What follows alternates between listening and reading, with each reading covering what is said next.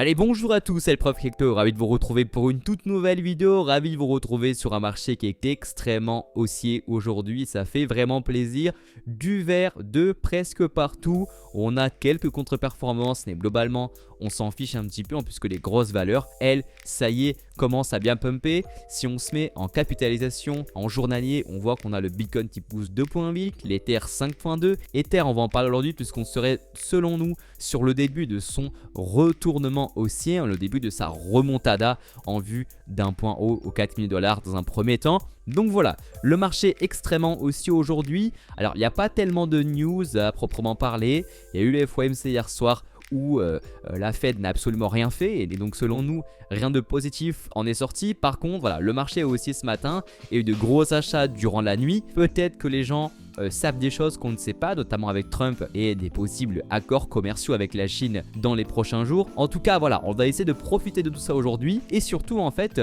évoquer ce qui se passe sur Ethereum. Ethereum qui a fait son hard fork hier sur Petra, une mise à jour qui semble déjà lui donner un second souffle.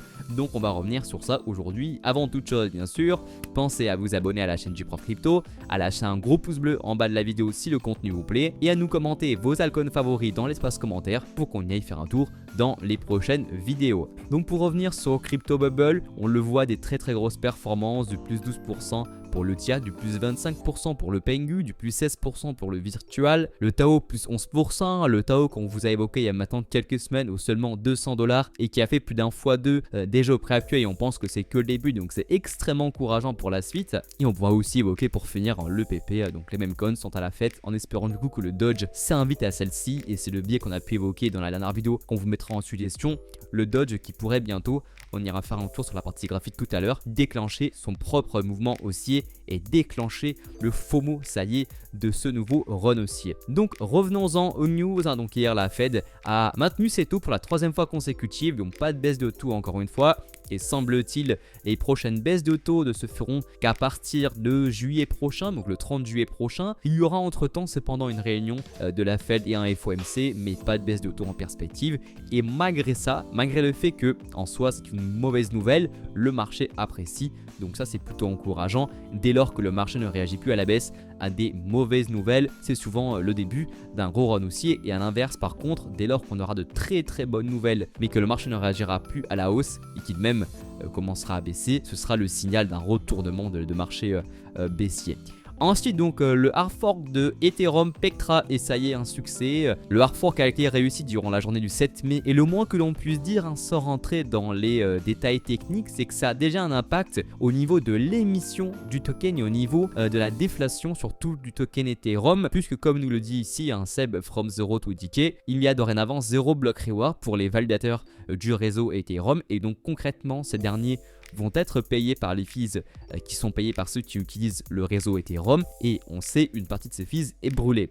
Ce qui entraîne du coup une déflation assez forte depuis hier, on le voit sur ce graphique. Avant on serait monté en ligne droite alors que là depuis hier, depuis Petra, on a tendance à détruire de l'ETH. Et pourquoi est-ce que c'est important? Puisqu'on va créer à terme une raréfication de la supply, ce qui devrait à terme, et c'est ce qui je pense est pricé depuis hier sur Ethereum, à terme donner beaucoup plus de valeur au token.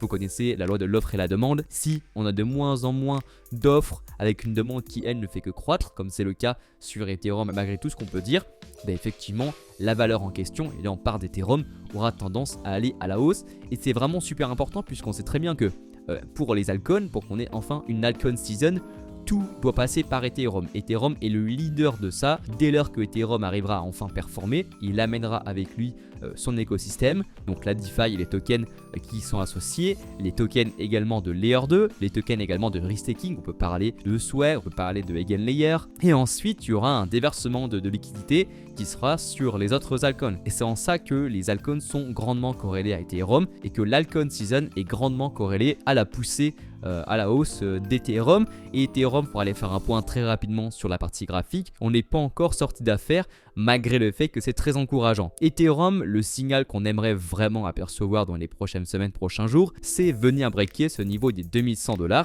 Et dans le même temps, ce qui serait intéressant, c'est de revenir recroiser bullish au niveau du MACD. Là, on aurait beaucoup de confiance pour à minima aller récupérer la bande haute de ce range aux 4000 $. Et là, autant vous dire que durant tout ce run haussier ici, les altcoins vont littéralement exploser. Donc on est peut-être à l'aube, ça y est, de la grosse explosion du marché, poussée par Ethereum au plus fort du FUD, au plus fort de l'inquiétude par rapport à Ethereum. C'est à ce moment là que ce dernier va commencer à exploser. C'est toujours comme ça, et dès lors, dans les prochaines semaines, que Ethereum sera de nouveau à la mode, dès que Ethereum sera de nouveau ultra hypé, il sera temps pour jouer l'inverse. Il sera temps de passer à la vente, même si tout le monde nous dira à ce moment là que Ethereum ira beaucoup plus haut. Il faudra être pragmatique et prendre très rapidement ses profits.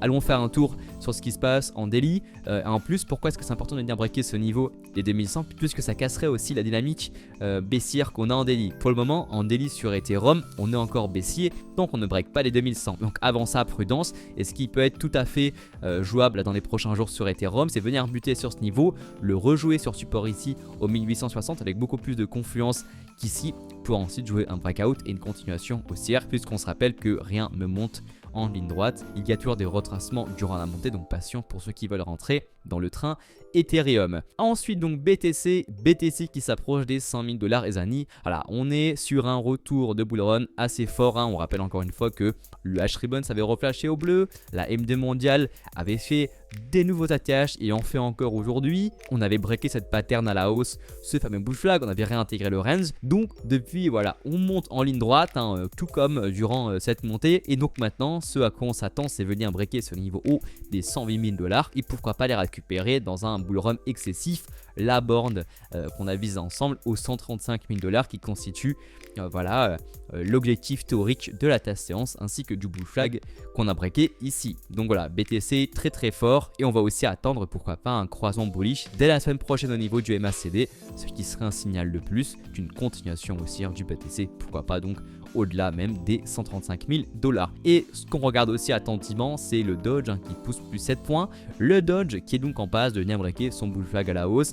Un signal de plus quant au fait que les retail pourraient revenir et donc avec eux leur liquidité. On sait que les mêmes coins, ce qu'on a pu évoquer dans la vidéo de lundi ou de mardi, je ne sais plus, les mêmes coins sont le témoin de l'enthousiasme des retail, et dès lors que les mêmes coins performeront, voilà, on sait très bien qu'on rentrera dans la dernière phase de ce run aussi, donc à suivre attentivement, même si cela ne pourrait durer que quelques semaines. Par contre, il faudra faire attention. Donc voilà tout le monde pour la vidéo du jour, on espère qu'elle vous aura plu. Avant de partir, pensez bien sûr à vous abonner à la chaîne du Prof Crypto. On espère que vous profitez du run haussier et du marché. Pensez à vous abonner, à lâcher un gros pouce bleu, et nous on se dit à la prochaine pour une nouvelle vidéo. Au revoir.